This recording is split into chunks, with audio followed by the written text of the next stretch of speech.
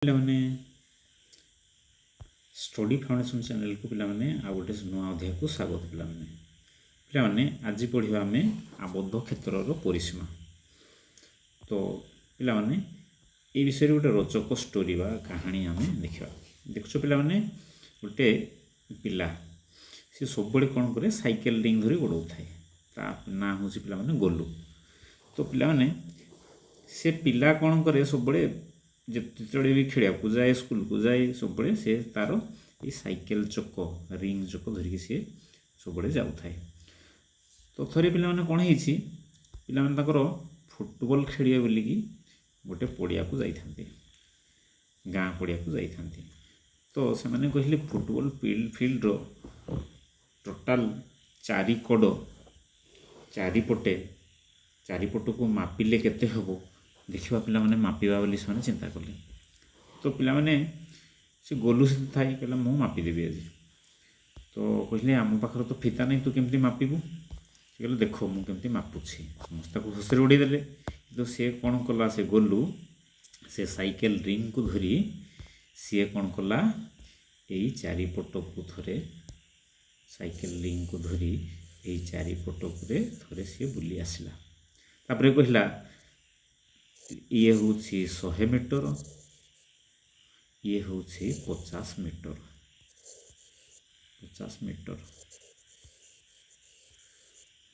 ତ ପିଲାମାନେ ଚ୍ୟାଲେଞ୍ଜ କଲେ, କହିଲେ ଆମେ ଦେଖିବା ତୁ ସତ କହିଲୁ କି ମିଛ କହିଲୁ। ସେମାନେ କ'ଣ କଲେ, ଫିତା ଆଣି ମାପିଲେ। ଯେତେବେଳେ ଫିତା ମାପି ଆଣିଲେ, ଇଏ ବି ହେଲା 100 ମିଟର, ସିଏ ହେଲା 100 ମିଟର,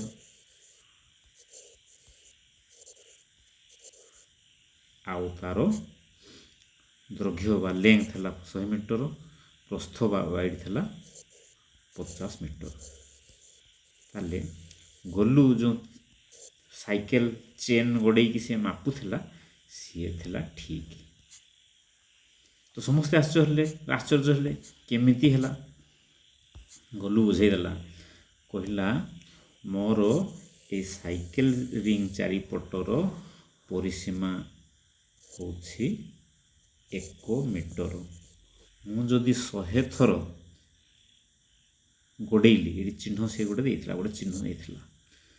ତ ସେଇ ଚିହ୍ନକୁ ଲକ୍ଷ୍ୟ କରି ଯଦି ସେ 100 ଥର ଗୋଡ଼େଇଲା, ମାନେ ହେଲା ସିଏ 100 ମିଟର। ସେମିତି ସିଏ ଯଦି ପ୍ରସ୍ଥକୁ, ଏଇ ପ୍ରସ୍ଥ ଯେଉଁ ଅଛି, ସେ ପ୍ରସ୍ଥରେ ଯେତେବେଳେ ସାଇକେଲ ଚେନ୍ ଗୋଡ଼େଇଲା, ସିଏ 50 ଥର ଗୋଡ଼େଇଲା।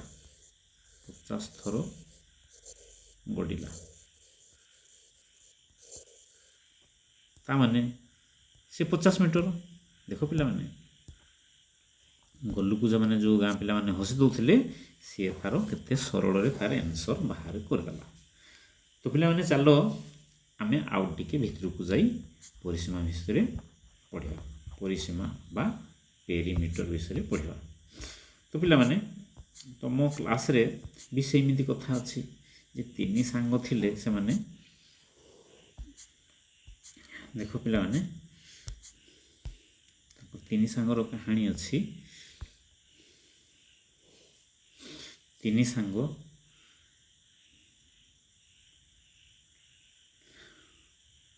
ରାଜାକ, ମାଇକେଲ ଆଉ ବଣ୍ଟି, ସେମାନେ ଥରେ କଥା ହେଲେ କ'ଣ ନା, ସକାଳୁ ଚାଲିବା ହିତକର, ତେଣୁ ଚାଲ ଆମେ ଏଥର ଡେଲି ସକାଳୁ ଚାଲିବା। ତ ସେମାନେ ସକାଳୁ ଚାଲିଲେ।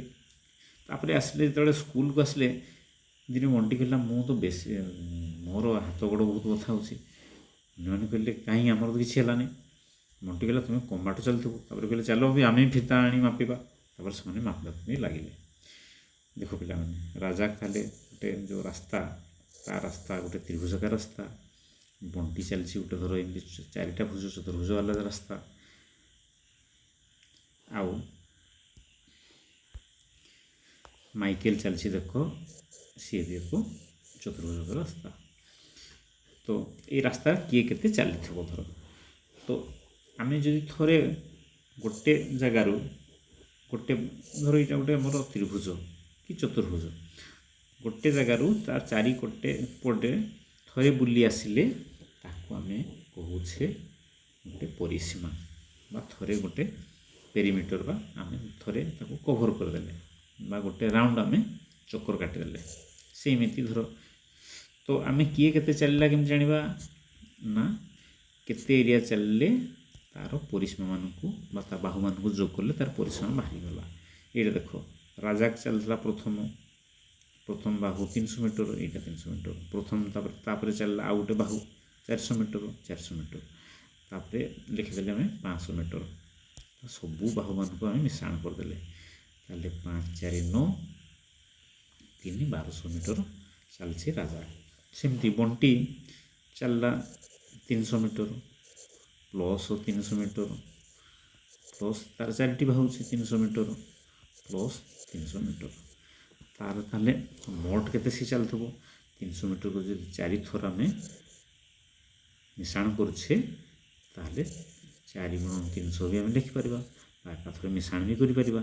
ତାହେଲେ 1200 ମିଟର, ସିଏ ବି ତାହେଲେ 1200 ମିଟର ଚାଲିଛି। ବଣ୍ଟି ଯାହା ଚାଲିଛି ତାହେଲେ ରାଜା ମଧ୍ୟ ସେତିକି ରାସ୍ତା ଚାଲିଛି। ତାହେଲେ ମାଇକେଲ କେତେ ଚାଲିଥିବ, ମାଇକେଲ ତାର ସେମିତି ଆମେ ହିସାବ କରିଦେବା। ମାଇକେଲ କେତେ ଚାଲିଥିଲା, ଯଦି ମାଇକେଲ ପ୍ରଥମ ଚାଲିଛି ଧର 500 ମିଟର, ଆମେ ଲେଖିଦେଲେ ପ୍ରଥମ 500 ମିଟର, ତାପରେ 400 metre plus 200 metre plus 200 metre, ଆମେ ଯଦି ସବୁଗୁଡ଼ାକୁ ମିଶାଇ ଦେବା 5 4 9 1300 ମିଟର, ତାହେଲେ ସେମାନେ 1200 ମିଟର ଚାଲିଲା ବେଳେ ମାଇକେଲ ତାହେଲେ ସବୁଠୁ ବେଶୀ ଚାଲିଛି, ମାଇକେଲ 1300 ମିଟର।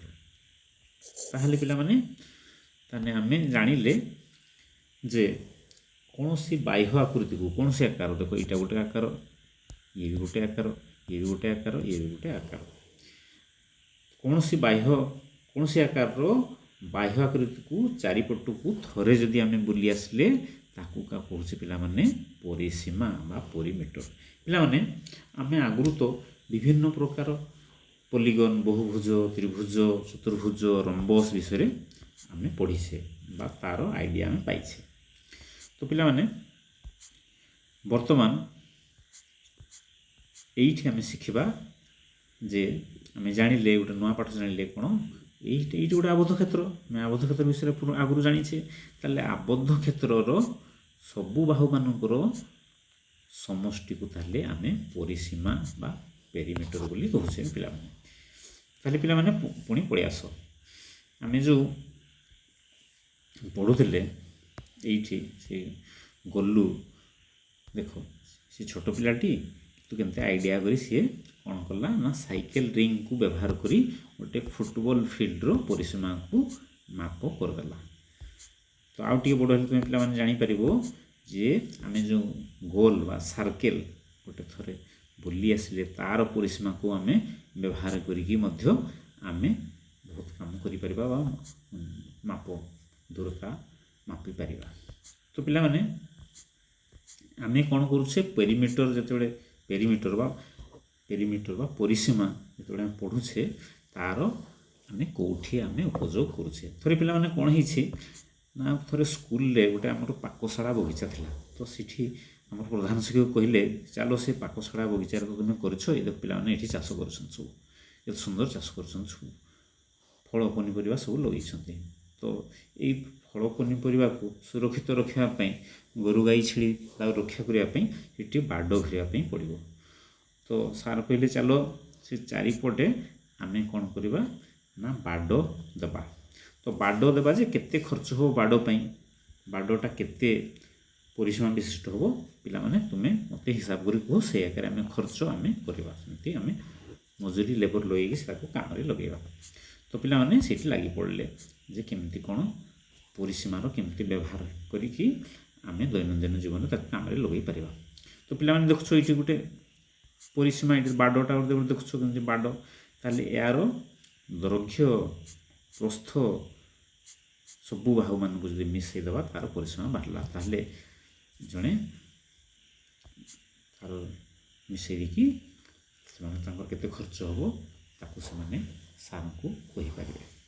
ପିଲାମାନେ ସବୁବେଳେ ତ ସ୍କୋୟାର ବା ସମାନ ଆକୃତିର ଜିନିଷ ନଥାଏ, ବିଲ ବାଡ଼ି ସବୁ ବିଭିନ୍ନ ପ୍ରକାର ବହୁଭୁଜ, ତ୍ରିଭୁଜ, ଚତୁର୍ଭୁଜ, ରମ୍ବସ୍, ସାର୍କେଲ ବିଭିନ୍ନ ପ୍ରକାର ଥାଏ।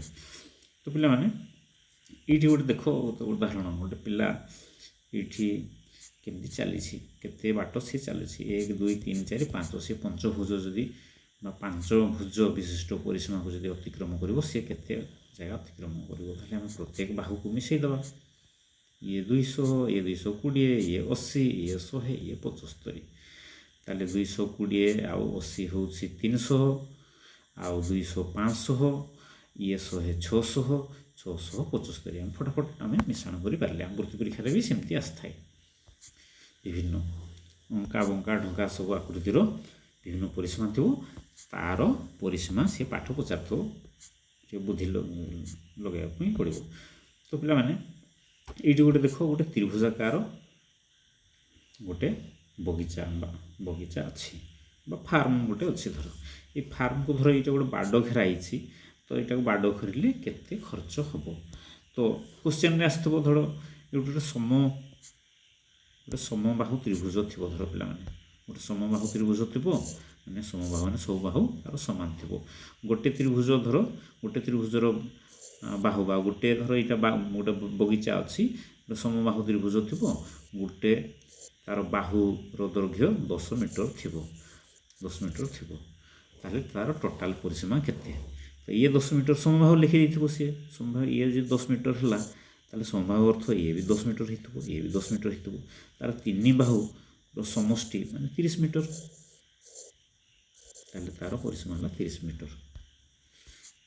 ତ ପିଲାମାନେ ପରୀକ୍ଷାରେ ସେମିତି ବିଭିନ୍ନ ଆକୃତିର ସବୁ କ୍ୱେଶ୍ଚନ୍ ଦେଇଥିବ।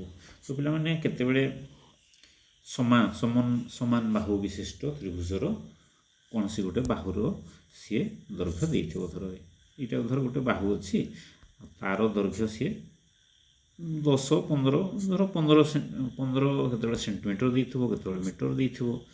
ତାହେଲେ ପିଲାମାନେ ଧର ଏଇଠି 10 ମିଟର ଦେଲା, ତାହେଲେ ଏଇଟା 30 ମିଟର ବାହାର କରୁଛି। 15 ଥିଲେ 45 ହେଇଥାନ୍ତା। ତାର 3 ବାହୁର ସମଷ୍ଟି ସମାନ ଯଦି ହେଇଥିବ, ସମାନ। ଆଉ ଯଦି ଅସମାନ ହେଇଥିବ, ଧର ଗୋଟେ ହେଇଥିବ 10, ଗୋଟେ ହେଇଥିବ 15, ଆଉ ଗୋଟେ ଧର 10, ତାହେଲେ ତାର ସବୁ ବାହୁ ଗୁଡ଼ାକ ମିଶାଇ ଦେବା। 10 ଯୁକ୍ତ 10 ଯୁକ୍ତ 12, ତାହେଲେ 10 10 20 ଆଉ 12 20, ଇଏ ହେଉଛି 10 12 ଇକ୍ୱାଲ୍ ଟୁ 32 ବା ସମାନ 32 ମିଟର। ତାହେଲେ ଆମେ 32 ମିଟର ବୋଲି କହିପାରିବା। ତ ସେମିତି ପିଲାମାନେ ଆଉ ବି କ୍ୱେଶ୍ଚନ୍ ପଡ଼ୁଥିବ।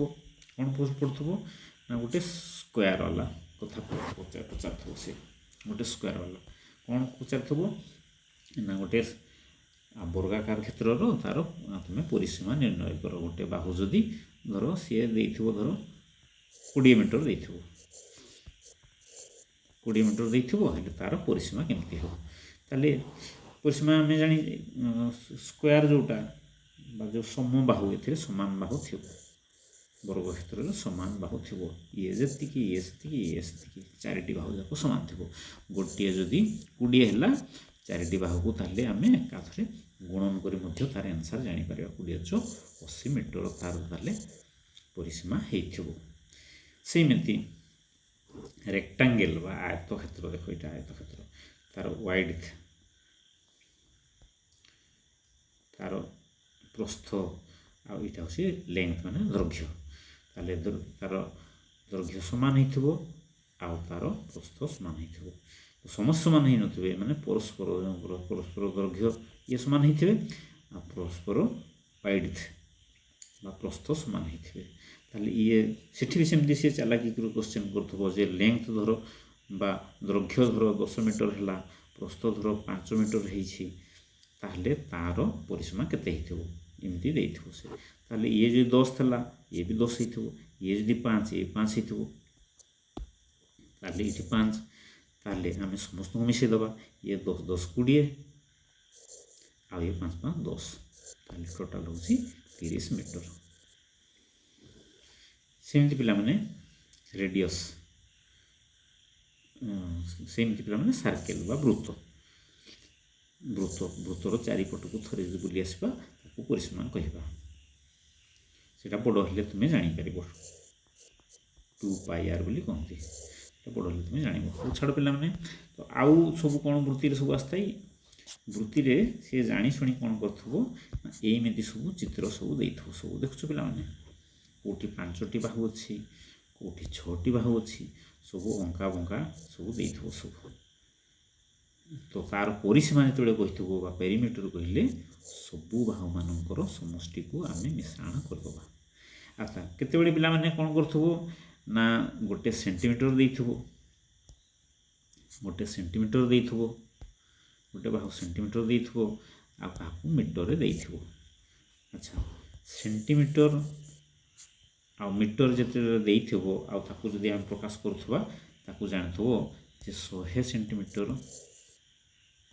100 ସେମି ହେଲେ ସେଣ୍ଟିମିଟର ହେଲେ 1 ମିଟର ହେଇଥାଏ, 1 ମିଟର ହେଇଥାଏ। ତ ତାକୁ ସେ ଆକାରରେ ତୁମେ ପରିପ୍ରକାଶ କରିବ। ତ ଏଠି ଆମର ପ୍ରାୟ ସେଣ୍ଟିମିଟର ସବୁ ଦେଇଛି, ସବୁ ବାହୁମାନଙ୍କର ସମଷ୍ଟି ଯଦି କରିଦିଆଯାଏ ତାହେଲେ ଆମେ ତା'ର ପେରିମିଟର ବା ପରିସୀମା ବାହାର କରିପାରିବା। ବେଳେବେଳେ ପିଲାମାନେ କ'ଣ ହେଇଥିବ ସେ ଓଲଟେଇକି ପଚାରୁଥିବ, କହୁଥିବ ଯେ ଗୋଟେ ସ୍କୋୟାର ବା ଗୋଟେ ବର୍ଗକ୍ଷେତ୍ରର ଆଉ ପରିସୀମା ଆଉ 40 ମିଟର, ତାହେଲେ ଗୋଟିଏ ବାହୁ କେତେ? ତା'ର ପରିସୀମା ମାନେ 4ଟି ବାହୁ, 4ଟି ବାହୁର ପରିସୀମା 40 ମିଟର ହେଇଥିବ, ତାହେଲେ ଗୋଟିଏ ବାହୁ କେତେ? ତାହେଲେ ସେଠି ପିଲାମାନେ ଜାଣିଛ ଯେ ଇଏ ତ ସବୁ ସମାନ, ଆଉ 4 ବାହୁ ଇକ୍ୱାଲ୍ ଟୁ 40 ମିଟର, ତାହେଲେ ଗୋଟିଏ ବାହୁ କେତେ ହେବ? 40 କ'ଣ 4 × 10 ମିଟର, ସେମିତି କରିଦେବ ପିଲାମାନେ। କାରଣ ସେଠି ତା'ର 4ଟି ବାହୁ ଯାକ ପରସ୍ପର ସମାନ ଥାଏ। ତେଣୁକରି ଯଦି ସେମିତି ଥିବ ତାକୁ 4ରେ ସବୁ ଯଦି ପରିସୀମା ସେ ଦେଇଥିବ, ତା'ର ପରିସୀମା ଯଦି ଦେଇଥିବ ପିଲାମାନେ, ପରିସୀମା ବା 4 ବାହୁର ସମଷ୍ଟି କଥା ଦେଇଥିବ, 40 ମିଟର ଦେଇଛି, ତାହେଲେ ଗୋଟିଏ ବାହୁ କେତେ ହେବ? 4ରେ ହରଣ କରିଦେବା ତାକୁ, 40 × 4 ହେଲେ 10 ଆସିଲା। ସେମିତି ବିଭିନ୍ନ ପ୍ରକାର ସେ ଦେଇଥିବ, ଧର ଦେଇଥିବ 100 ସେଣ୍ଟିମିଟର ବା ମିଟର ଦେଇଥିବ, ଧର 100 ସେଣ୍ଟିମିଟର ଦେଇଥିବ, ତାହେଲେ ଗୋଟିଏ ବାହୁର ଦୈର୍ଘ୍ୟ କେତେ? ଧର 100 ସେଣ୍ଟିମିଟର ଦେଲା, 100 ସେଣ୍ଟିମିଟର, ତା'ର ତ 4ଟି ବାହୁ ଅଛି ଆଉ ସମାନ, ତେଣୁକରି ତାକୁ ଯଦି ହରଣ କରିଦେବା ତାହେଲେ ତା'ର ଆନ୍ସର ଆସିବ 25 ମିଟର ବା ସେଣ୍ଟିମିଟର। ସେମିତି ସେ ଚାଲାକି କରିଥିବ ସବୁ। ତ ପିଲାମାନେ ଏମିତି ସବୁ ବୃତ୍ତି ପରୀକ୍ଷାରେ ସବୁ ଆସିଥାଏ। ତ ପିଲାମାନେ ଏଇଠି ଦେଖ, ଏଇଠି ସିଏ ଜାଣିଶୁଣି ଏମିତି ଗୋଟେ ଛବି ଦେଇଥିବ, ଏମିତି ଛବି ଦେଇଥିବ, ତାର ଭିତର ବାହାର ସବୁ ଦୈର୍ଘ୍ୟ ସବୁ ଦେଇଥିବ, କୌଣସି ଗୋଟେ ବାହୁକୁ ମିସ୍ କରିଦେଇଥିବ କିନ୍ତୁ ଏପଟେ ତା'ର ସଂଜ୍ଞା ଦେଇଥିବ, ତାହେଲେ ତୁମେ କ'ଣ କରିବ, ଯଦି ତା'ର 4 ମାନେ ପରିସୀମା ବାହାର କରିବାକୁ ହେଲେ ଯଦି ଏଇ ତା'ର ଦେଇଛି ତାହେଲେ ଏଇଟା ଇକ୍ୱାଲ୍ ଟୁ ବା ଏଇଟା ସମାନ ଏଇଟା, ଏଠି ସିଏ ଏଇଟା ଦେଇନଥିବ, ଚାଲାକି କରି ଛାଡ଼ି ଦେଇଥିବ। ତୁମେ ଜାଣିଛ ସବୁବେଳେ ବର୍ଗକ୍ଷେତ୍ର ଆୟତକ୍ଷେତ୍ର ଏମାନଙ୍କର ପରସ୍ପର ବାହୁ ସାମ୍ନାସାମ୍ନି ବାହୁ ସବୁ ସମାନ ଥାନ୍ତି। ତେଣୁକରି ପିଲାମାନେ କ'ଣ କରିବ, ଯଦି ସିଏ ଚାଲାକି କରି ଗୋଟେ ବାହୁ ଦେଇଥିବ ତାହେଲେ ଏଇ ବାହୁ ଯାହା ଦେଇଥିବ, ଧର ଏଇଠି ଦେଇଛି 10 ମିଟର, ଏଇଟାକୁ ଦେଇନଥିବ,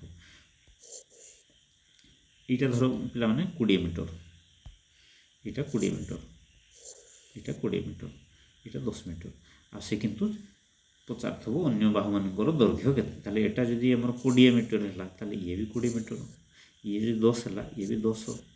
ସେମିତି ଆମେ ଆମର ଜେନେରାଲ ଆଇଡ଼ିଆ ଲଗେଇକି ଆମେ କହିପାରିବା। ତ ପିଲାମାନେ ଏଇମିତି ବି ଦେଇଥିବ, ସବୁଠୁ ବେଳେବେଳେ ପିଲାମାନେ ଏଇମିତିଆ ସବୁ ଚିତ୍ର ଦେଇଥାଏ। ଏଇଠି ଦେଖ ସେ ଭାଙ୍ଗ କରି ଦେଇଛି, ଏଇଟା 4 ସେଣ୍ଟିମିଟର, ଏଇ 4 ସେଣ୍ଟିମିଟର, ଇଏ 5 ସେଣ୍ଟିମିଟର, ଇଏ 5 ସେଣ୍ଟିମିଟର, ଇଏ 2.5 ସେଣ୍ଟିମିଟର, ଇଏ 2.5 ସେଣ୍ଟିମିଟର, ଏଠି ବି ସବୁ ଇଏ 1 ସେଣ୍ଟିମିଟର, ସମସ୍ତଙ୍କୁ ଇଏ ସମସ୍ତଙ୍କୁ ମିଶାଇ ଦେଲେ ତାହାର ପରିସୀମା ବାହାର କରିଦେବା। କିନ୍ତୁ ସିଏ କ'ଣ କରୁଥିବ, ବେଳେବେଳେ ୟାର ଚିତ୍ର ଦେଇଥିବ, ଏଇଠି ଗୋଟେ ଚିତ୍ର ଦେଇଥିବ ହେଲା, ତାପରେ କହୁଥିବ ଏଇଠି ABCDEFG ଏମିତି କରୁଥିବ, ବା କ ଖ ଗ ଘ ङ ଚ ଛ ଏମିତି କରି ନାଁକରଣ କରୁଥିବ। ନାଁକରଣ କରିକରି କାହାରିକୁ କହିବ ଯେ ଏଇ ଏତିକିରୁ ଏତିକି ପର୍ଯ୍ୟନ୍ତ ତା'ର ଆନ୍ସର କୁହ। ବେଳେବେଳେ ସେମିତି ବି ସିଏ କରେ, ଏତିକିରୁ ଏତିକି। ତ तो सेमती हेले तुमे व्यस्त हबार नहीं आराम से देखिए ताको माइनस करी बाहर करदेव। तो बेले बेले कौन कर यार धर 5 सेंटीमीटर या 5 सेंटीमीटर तार चिन्ह दे न तो तुम्हें तुम निज आइडिया कर ये 5 सेंटीमीटर है ये भी ये 5 सेंटीमीटर होमती यही जो चिन्ह अच्छी तुम चित्र तो सामान लगुच जन को दे नथब ये दे 2.5 सेंटीमीटर कितु या दे नथब तुम्हें ये तुमको तुम्हें तुम साधारण ज्ञान प्रयोग करके 2.5 सेंटीमीटर लिखब। सेमती पे धर 4 सेंटीमीटर किंतु या 4 सेंटीमीटर दे नथब तुम्हें ये किंतु निश्चित तुम पेनसिल 4 सेंटीमीटर लिखिदेव ये जेहतु दिखाई ये बाहु सामान ताले तापर तुम ये 4 सेंटीमीटर आइडिया कर लिखिकी समस्त को मिसईदेव। तो एमती करी तुम्हें विभिन्न क्वेश्चन आंसर दे पार पे। तो पे आज ये देखा परवर्ती अध्याय को से पर्यंत बाय बाय।